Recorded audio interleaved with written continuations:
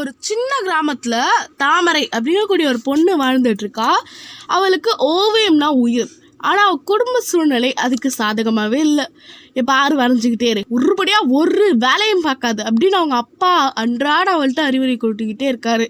தாரகை அதுக்கு சொல்கிறா, எனக்கு இதுதான்ப்பா பிடிச்சிருக்கு அப்படிங்கிற மாதிரி அவள் சொல்ல, பிடிச்சதுனாலே வாழ்க்கை ஓடாதுமா அப்படிங்கிற மாதிரி இவர் சொல்லிட்டு போகிறாரு. தாமரை அதுக்கு மனசுக்குள்ளே மறுபடியும் சொல்லிக்கிறா, இது எனக்கு பிடிச்சிருக்குங்கிற மாதிரி அவள் சொல்லிக்கிறா. அவங்க அம்மா அவளுக்கு ஆறுதல் கொடுத்துட்டு போகிறாங்க.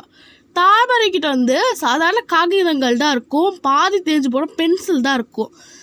கொஞ்ச நாளுக்கு அப்புறம் அவள் செவுத்தில் ஒரு பையனோட ஓவியத்தை வரைஞ்சிருப்பா.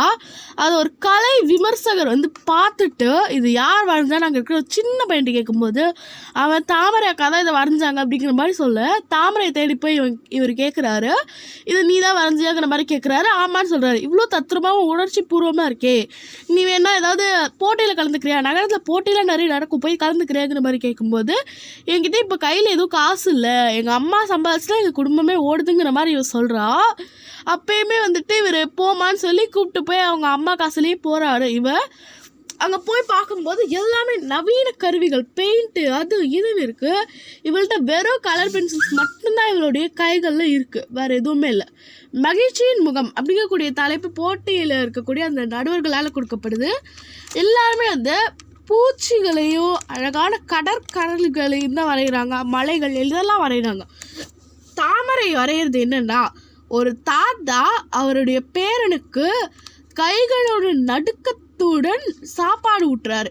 அதை பசியோடைய ஆசையோடைய அந்த குழந்தை அப்படியே வாங்கிக்குது. இதை மாதிரி ஒரு ஓவியத்தை வரைகிறா.